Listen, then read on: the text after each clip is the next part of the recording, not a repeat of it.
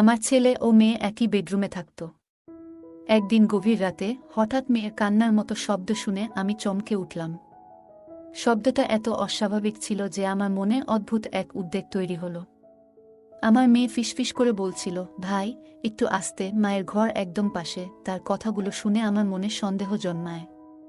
আমি আস্তে করে তাদের ঘরের জানালা দিয়ে উকি দিলাম, আর যা দেখলাম তা দেখে আমার শ্বাস বন্ধ হয়ে যাওয়ার মতো অবস্থা হয়। আমার নাম অর্পিতা, আমি একজন সাধারণ গৃহবধূ।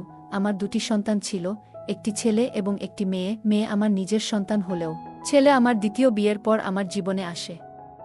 তাদের বয়সের ব্যবধান ছিল 4 বছর। আমার মেয়ের নাম ছিল পায়েল এবং ছেলের নাম ঈশান। আমি ঈশানকে নিজের সন্তানের মতোই ভালোবাসতাম। আমার দ্বিতীয় বিয়ের আগে পায়েল হোস্টেলে থেকে পড়াশোনা করত। সে তার নতুন বাবা এবং ভাইকে খুশি মনে মেনে নিয়েছিল। তবে সে সিদ্ধান্ত নিয়েছিল যে তার পড়াশোনা হোস্টেলেই শেষ করবে। আমি তার ইচ্ছার উপর জোর দিইনি। সম্প্রতি পায়েল তার গ্র্যাজুয়েশন সম্পন্ন করে বাড়ি ফিরেছে। একই সময়ে ঈশানও তার পড়াশোনা শেষ করেছে। তারা দীর্ঘদিন পরে একে অপরের সঙ্গে দেখা করল। কয়েকদিনের মধ্যেই তারা চাকরির জন্য অন্য একটি শহরে যাওয়ার সিদ্ধান্ত নেয়। তাদের চাকরি একই শহরে হলেও ভিন্ন ভিন্ন কোম্পানিতে ছিল। তারা সিদ্ধান্ত নেয় একসঙ্গে থাকলে খরচ কম হবে। আমারও তাদের এই সিদ্ধান্ত ঠিক মনে হয়েছিল। তাই তাদের একসঙ্গে থাকার অনুমতি দিয়ে আমি তাদের কাজের জন্য অন্য শহরে পাঠিয়ে দিই। কিন্তু সন্তানদের চলে যাওয়ার পর বাড়ি খুবই ফাঁকা ফাঁকা লাগছিল। তবুও আমি জানতাম তাদের নিজেদের জীবন গড়ার জন্য এটি গুরুত্বপূর্ণ। আমাদের পরিবারের আর্থিক অবস্থা খুব ভালো ছিল না। আমার স্বামীর পেনশন ছিল খুবই সামান্য, যা দিয়ে পুরো পরিবারের খরচ চালানো কঠিন হয়ে পড়েছিল। সন্তানদের পড়াশোনার খরচ চালানোর জন্য আমরা আমাদের একমাত্র বাড়িটি বিক্রি করতে বাধ্য হই। বছরখানেক পরে আমাদের সন্তানরা চাকরি পেয়ে প্রতি মাসে কিছু অর্থ পাঠাতে শুরু করে। আমি সেই অর্থ কিছুটা বাড়ির খরচে ব্যয় করতাম, আর বাকিটা সঞ্চয় করতাম। এভাবেই 5 মাস কেটে যায়। তবে এই সময়ের মধ্যে আমি একবারও সন্তানদের দেখতে যেতে পারিনি। আমার স্বামী পক্ষাঘাতে আক্রান্ত ছিলেন এবং তার দেখাশোনার জন্য বাড়িতে আর কেউ ছিল না। 2 বছর পর দীপাবলির সময় ঘনিয়ে এলো। আমি সন্তানদের বাড়িতে আসার জন্য বলি, কিন্তু তারা কাজের ব্যস্ততার অজুহাত দিয়ে আসতে রাজি হয়নি। ফোনে তাদের কাছে আমার আকুতি জানালেও তাতে কোনো লাভ হয়নি। অবশেষে আমি নিজেই তাদের সঙ্গে দেখা করার সিদ্ধান্ত নিই। একদিন আমি আমার স্বামীর এক ঘনিষ্ঠ বন্ধুকে ডেকে তার যত্নের দায়িত্ব দিলাম এবং সন্তানদের কাছে যাওয়ার জন্য যাত্রা শুরু করলাম। ট্রেন স্টেশন থেকে আমি ভিডিও কল করে তাদের জানালাম যে আমি আসছি। আমার বড় ছেলে ঈশান এই খবর শুনে বিস্মিত হয়। সে আমাকে বলল, মা, তোমাকে আসার দরকার নেই, আমরা 3 দিনের মধ্যে বাড়ি ফিরব। তার কথায় আমি তাকে প্রতিশ্রুতি দিলাম এবং বাড়ি ফিরে এলাম। 3 দিন পর খুব সকালে প্রথম ট্রেনে আমার সন্তানরা বাড়ি ফিরে এলো। তাদের দেখে আমার চোখে পানি চলে এলো। আমি তাদের বুকে জড়িয়ে ধরলাম। আমার মনে হলো এটাই আমার জীবনের সবচেয়ে সুখের মুহূর্ত। আমি ঈশান ও পায়েলকে দীর্ঘদিন পর একসঙ্গে দেখে খুব খুশি হয়েছিলাম। তবে পায়েলের মধ্যে বেশ কিছু শারীরিক পরিবর্তন লক্ষ্য করলাম। গত 2 বছরে তার চেহারায় অনেকটা পরিবর্তন এসেছে। যেদিন তারা বাড়ি ফিরল, আমি লক্ষ্য করলাম যে তারা দুজনেই একসঙ্গে একটি ঘরে ঢুকে গেল। আমি ভেবেছিলাম পায়েল হয়তো তার ব্যাগ রেখে ঘর থেকে বেরিয়ে আসবে, কিন্তু 1 ঘন্টা কেটে যাওয়ার পরও তারা ঘর থেকে বেরোয়নি। তখন আমি চা ও নাস্তা নিয়ে তাদের ঘরে গেলাম। আমি বললাম, তোমরা দুজন কি এবার থেকে এই এক ঘরেই থাকবে? বাড়ির ছাদে আরেকটা ঘর আছে, ঈশান, তুমি সেখানে চলে যাও, এই ঘরটা পায়েল থাকুক। তখন ঈশান বলল, না মা, আমি পায়েলকে ছেড়ে অন্য ঘরে থাকতে পারবো না। আমরা গত 2 বছর ধরে একই ঘরে থাকার অভ্যাস করে ফেলেছি, এখানেও ঠিক এমনই থাকব। তার কথা শুনে আমার একটু অস্বস্তি হলো। আমি পায়েলের দিকে তাকিয়ে বললাম, পায়েল, তুমি এখন আর ছোট নেই, আর তোমার ভাইও বড় হয়ে গেছে। একই ঘরে থাকা কি ঠিক হবে? যদি কখনো তোমার একা থাকার প্রয়োজন হয়, তখন কিভাবে ম্যানেজ করবে? তখন পায়েল উত্তর দিল, মা, আমরা যে শহরে কাজ করতাম সেখানে 2 ঘরের ফ্ল্যাটের ভাড়া অনেক বেশি। তাই আমরা গত 2 বছর ধরে একই ঘরে থেকেছি। যখন সেখানে থাকতে পেরেছি, তাহলে এখানে কেন পারব না? আমার ছেলে ঈশান ও মেয়ে পায়েল একসঙ্গে একটি ঘরে থাকতে চেয়েছিল। আমি তাদের সিদ্ধান্তে আপত্তি করিনি। সেদিন আমি সারা দিন ঘরের কাজে ব্যস্ত ছিলাম। দুপুরে ঈশানের পছন্দের খাবার তৈরি করলাম এবং রাতে পায়েলর পছন্দের চাটপাটা পদ রান্না করলাম। কিন্তু লক্ষ্য করলাম পায়েল খাবার খুব কম খেল। এটা আমার কাছে অস্বাভাবিক মনে হলো। তখন আমি পায়েলকে জিজ্ঞেস করলাম, তুমি এত কম খাচ্ছ কেন? আগে তো তোমার প্লেট পুরো পরিষ্কার হয়ে যেত। পায়েল বলল, মা, এখন আমার রুচি বদলেছে। মেসের সাধারণ খাবারে অভ্যস্ত হয়ে গেছি। তুমি কাল থেকে সাদামাটা রান্না করো। তাদের মধ্যে এই পরিবর্তন দেখে আমার মনে হলো বাইরে থাকার অভিজ্ঞতা তাদের আরও দায়িত্বশীল এবং পরিস্থিতি অনুযায়ী মানিয়ে নেওয়ার ক্ষমতা শিখিয়েছে। তবে আমি লক্ষ্য করছিলাম তারা দুজনই একে অপরের থেকে এক মুহূর্ত দূরে থাকতে পারছিল না। যেখানে পায়েল থাকত, ঈশান ঠিক সেখানেই চলে যেত। এক রাতে আমার স্বামী ঘুমিয়ে পড়ার পর আমি তাদের ঘরে গেলাম। আমার এবং তাদের ঘর পাশাপাশি ছিল। আমি ভাবলাম একটু তাদের সঙ্গে কথা বলি। ঘরে ঢুকে দেখি ঈশান পায়েলের হাত ধরে বসে আছে।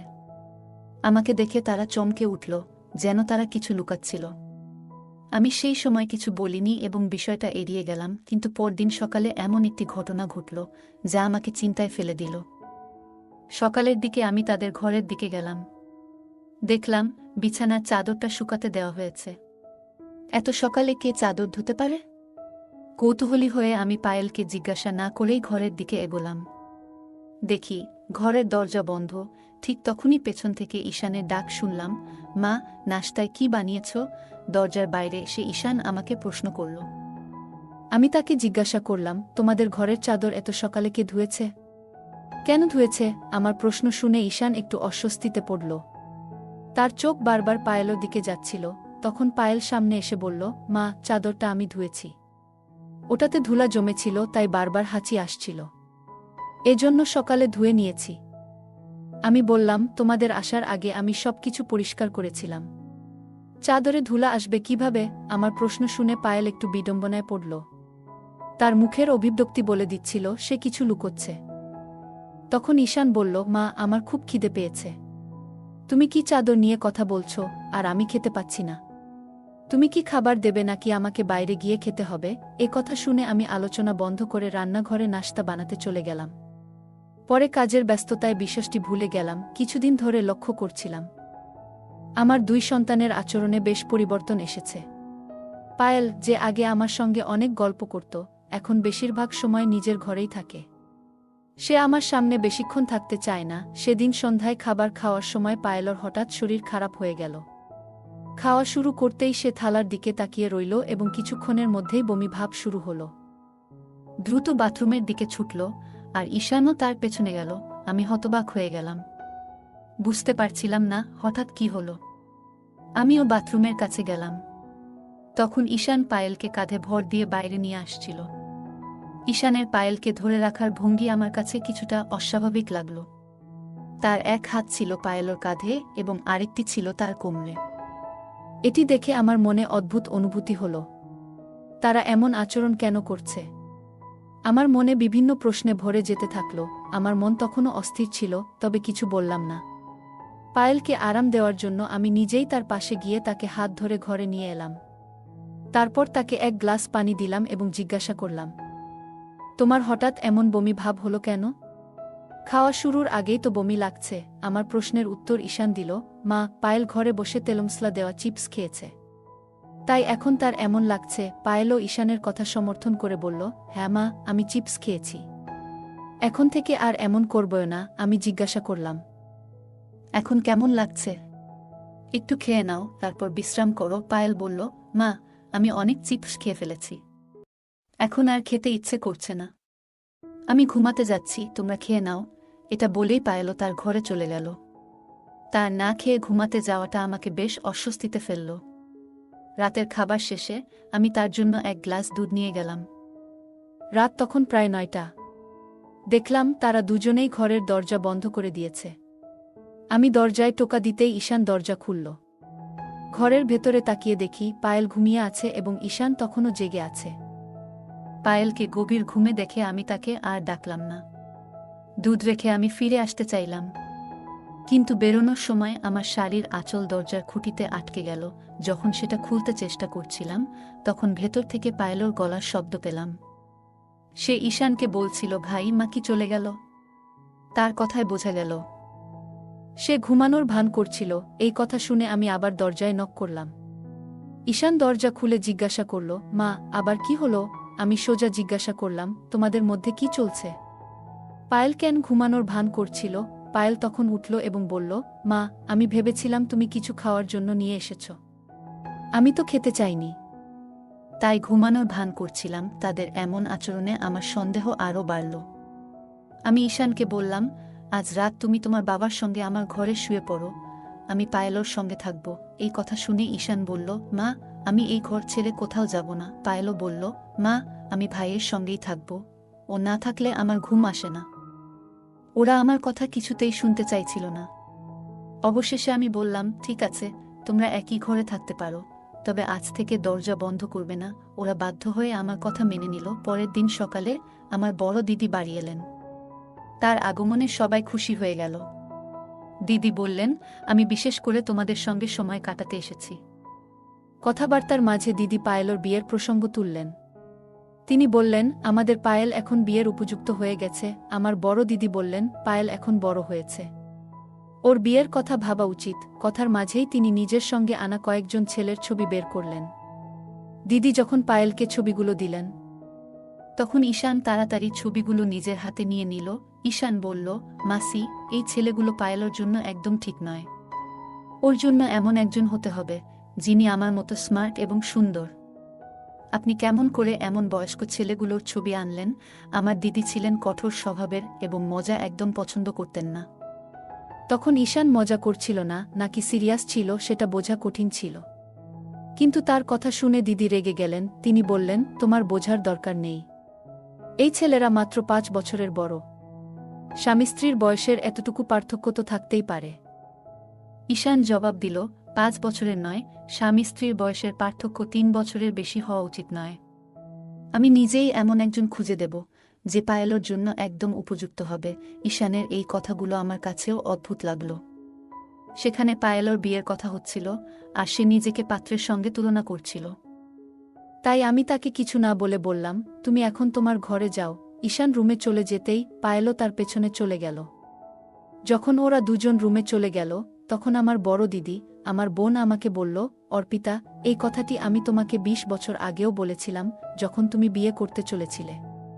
তোমার স্বামীর সঙ্গে আমার কোনো সমস্যা ছিল না, কিন্তু তার সৎ ছেলেকে গ্রহণ করা আমার কখনোই ঠিক মনে হয়নি। তুমি যদি 2 মেয়ের বাবা এমন একজনের সঙ্গে বিয়ে করতে, তবে সেটাও ঠিক থাকত। কিন্তু তুমি সৎ ছেলেকেও গ্রহণ করলে, যা আমার কাছে কখনোই গ্রহণযোগ্য ছিল না। এখন যেভাবে বাড়ির পরিস্থিতি দেখছি, সেটাও ঠিক মনে হচ্ছে না। তার আচরণে কিছু একটা সমস্যা রয়েছে। আমি আমার বড় বোনকে বললাম, দিদি, তুমি এসব কি বলছো? দিদি বলল, আমি জানি আমার কথা তোমার খারাপ লাগবে, কিন্তু আমি সবসময় সত্য বলি। আমি তোমার ছেলে মেয়েদের উপর একটুও ভরসা করতে পারি না, আর তোমাকেও করতে বলবো না। আমি পায়েলকে জানি, কিন্তু তোমার সৎ ছেলেকে তুমি এখনো পুরোপুরি বুঝতে পারনি। তুমি তাদের দুজনকে একসঙ্গে শহরে পাঠিয়েছ, এটা তোমার সবচেয়ে বড় ভুল। এখন তারা বড় হয়ে গেছে। তুমি কি জানো, শহরে ভাইবোন বন্ধুর মতো থাকে, কিন্তু সম্পর্ক বন্ধুত্বের চেয়েও এগিয়ে যেতে পারে। তুমি কি কখনো তাদের ফ্ল্যাটে গিয়েছ? না, যাওনি। আমি শুধু চাই তাদের সম্পর্কে এমন কিছু না ঘটুক যা আমাদের পরিবারের জন্য লজ্জার কারণ হয়ে দাঁড়ায়। দিদির কথা তিক্ত ছিল, কিন্তু এখন আমিও ঈশান আর পায়েলের আচরণ নিয়ে সন্দেহ করতে শুরু করেছি। কিছুদিন ধরে বাড়িতে একটা অদ্ভুত পরিবেশ তৈরি হয়েছিল। ঈশান আর পায়েল একে অপরের কাছ থেকে এক মুহূর্তের জন্য আলাদা হতো না। পায়েল যেন আমাকে এড়িয়ে চলছিল। সেই রাতে আমার দিদি বাড়িতে ছিলেন, তাই আমি তার সঙ্গে হলঘরে ঘুমিয়েছিলাম। দিদির কথাগুলো সারা রাত আমার মনের শান্তি কেড়ে নিয়েছিল। রাত প্রায় 2টা নাগাদ যখন আমার ঘুম ভাঙল এবং আমি পাশ ফিরলাম, তখন লক্ষ্য করলাম বাচ্চাদের ঘরের লাইট এখনো জ্বলছে। বিষয়টি দেখে আমি কৌতূহলী হয়ে তাদের ঘরের দিকে এগিয়ে গেলাম। ঘরের বাইরে পৌঁছানোর পর আমি পায়েলের গলা শুনতে পেলাম। সে বলছিল, দাদা, তাড়াতাড়ি লাইট বন্ধ করো। মা যদি আমাদের ঘরের দিকে তাকায়, তাহলে সবকিছু ফাঁস হয়ে যাবে। এই কথা শুনে আমি দরজার ফাঁক দিয়ে উকি দিলাম। দেখলাম ঈশান পায়েলের কাঁধে হাত রেখে তাকে বিছানার দিকে নিয়ে যাচ্ছে।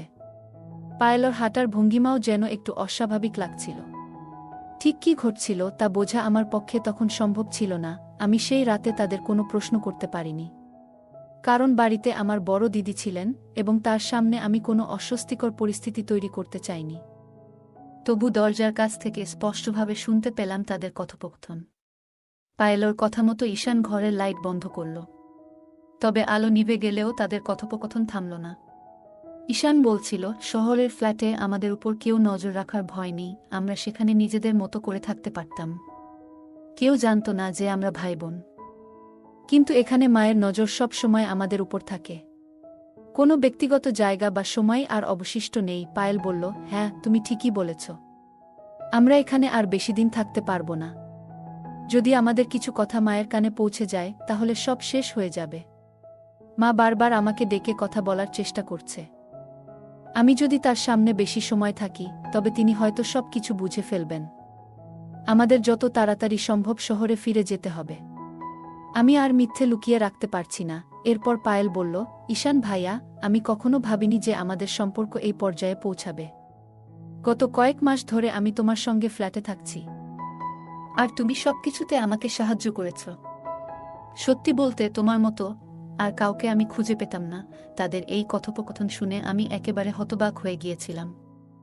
আমি আবার ঘরের ভেতরে উঁকি দিয়ে দেখলাম তারা দুজন একে অপরকে জড়িয়ে ধরেছিল।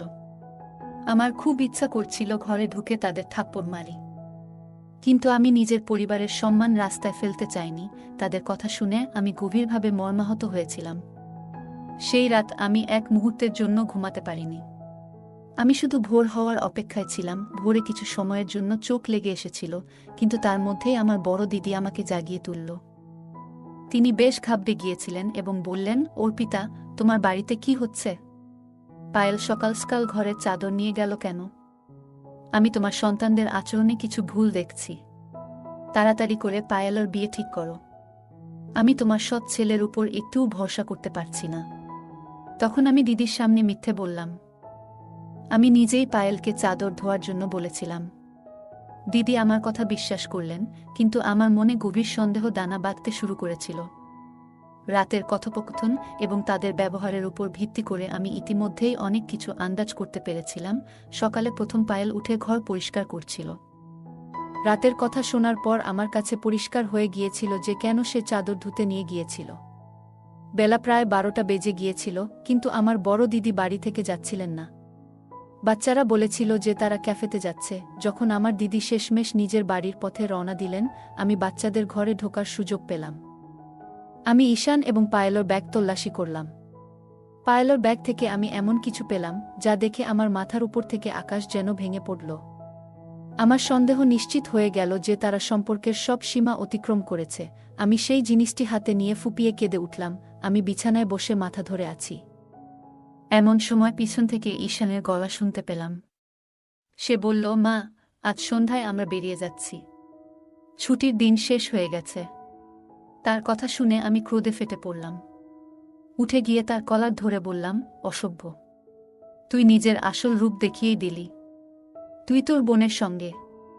আমি প্রেগন্যান্সি কিটটি দেখিয়ে বললাম, পায়েল গর্ভবতী, আর এর জন্য দায়ী তুই। আমি সব বুঝে গেছি। তোমাদের সমস্ত কাজকর্ম আমার সামনে প্রকাশ হয়ে গেছে। আমি কথা বলতে বলতে আরও রাগে ফেটে পড়ছিলাম, তখনই পিছন থেকে পায়েল এসে উপস্থিত হল।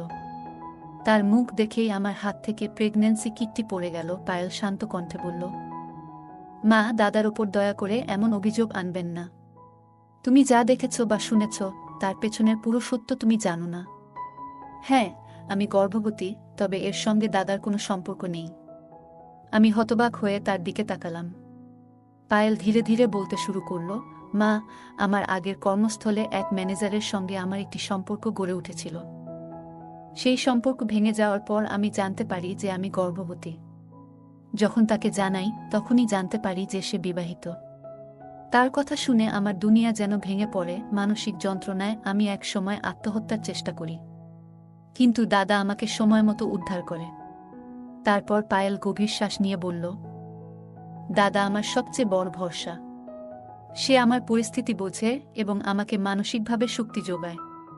যখন আমি গর্ভপাত করার সিদ্ধান্ত নিই তখন ডাক্তার জানান এটি করলে ভবিষ্যতে মা হওয়ার সম্ভাবনা আর থাকবে না। সেই সময় দাদা আমাকে আশ্বস্ত করে বলেছিল, মা হওয়া একটি নারীর জীবনের গুরুত্বপূর্ণ অধ্যায়। আমি তোমার জন্য এমন একজনকে খুঁজে বের করব, যে তোমাকেও গ্রহণ করবে এবং তোমার সন্তানকেও ভালোবাসবে। এমন কেউ না থাকলে আমি নিজেই তোমার সন্তানের দায়িত্ব নেব। পায়েলের এই কথাগুলো শোনার পর আমি স্তব্ধ হয়ে গেলাম। আমার ভুল বোঝাবুঝি এবং সন্দেহ আমাকে কোথায় নিয়ে গিয়েছিল তা ভাবতে গিয়ে আমি নিজেই লজ্জিত হলাম। এরপর থেকে পায়েলের প্রতি আমার আচরণে পরিবর্তন এলো। আমি তার যত্ন নেওয়া শুরু করলাম এবং তার জন্য সবসময় পাশে থাকার প্রতিশ্রুতি দিলাম। মা, আজ সকালে মাসি তোমাকে চাদর নিয়ে যা বলেছে সেটাও আমি শুনেছি। প্রেগন্যান্সির কারণে মাঝে মধ্যে রাতের বেলা আমার বমি হয়। এতে বিছানার চাদর নোংরা হয়ে যায়, তাই আমি সেটি সকালে ধুতে নিয়ে যাই। মা, প্রেগন্যান্সির কারণে রাতে আমার শরীর খারাপ হয়। অনেক সময় বিছানার চাদর নোংরা হয়ে যায়। সকালে আমি নিজেই সেটা ধুয়ে ফেলি যাতে তোমার কিছু বুঝতে না হয়। আর দাদা? দাদা শুধু আমার ভাই নয়, তার থেকেও অনেক বেশি। তিনি আমার জন্য বাবা মা আর ভাইয়ের মতো সবকিছুই করেছেন। মা, দয়া করে তার উপর এমন কোনো অভিযোগ আনবেন না যা তিনি কখনোই করেননি। পায়েলর মুখ থেকে এই কথাগুলো শুনে আমার নিজের চিন্তাভাবনা নিয়ে খুবই লজ্জা হলো। আমি এতদিন ঈশানকে সৎ সন্তান বলে মনে করেছি, কিন্তু সে তার বোনের প্রতি সৎ ভাইয়ের চেয়েও বেশি ভালোবাসা এবং সম্মান দেখিয়েছে। সে এমন এক পরিস্থিতি খুবই বিচক্ষণতার সঙ্গে সামলেছে, যেখানে না আমার কিছু জানতে হয়েছে, না কোনো সমস্যা সৃষ্টি হয়েছে। আমি ঈশানের কাছে ক্ষমা চাইলাম এবং পায়েলর ভুলের জন্য তাকেও মাফ করে দিলাম।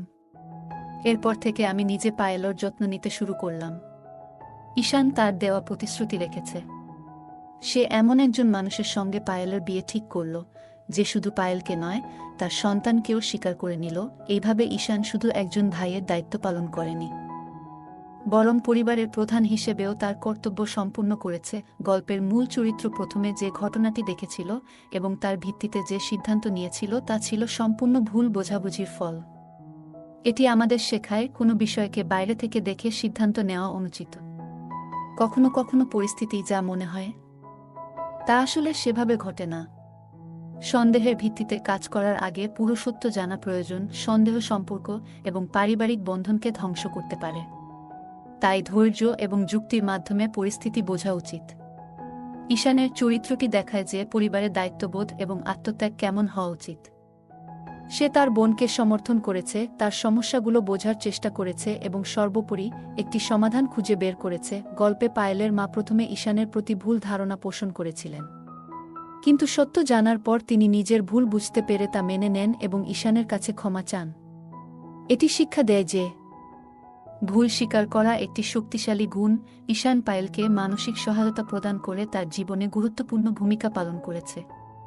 এটি দেখায়, বিপদের সময় একজন সঠিক মানুষ পাশে থাকলে পরিস্থিতি অনেক সহজ হয়ে যায়। বন্ধুরা, এই ছিল আজকের গল্প। বন্ধুরা, যদি এই গল্পটি ভালো লেগে থাকে তাহলে দয়া করে ভিডিওটি লাইক করুন এবং আমাদের চ্যানেলটি সাবস্ক্রাইব করুন। পাশে থাকা বেল আইকনটি প্রেস করুন, যাতে করে আমরা যখনই নতুন ভিডিও আপলোড করি তার নোটিফিকেশন সবার আগে আপনার কাছে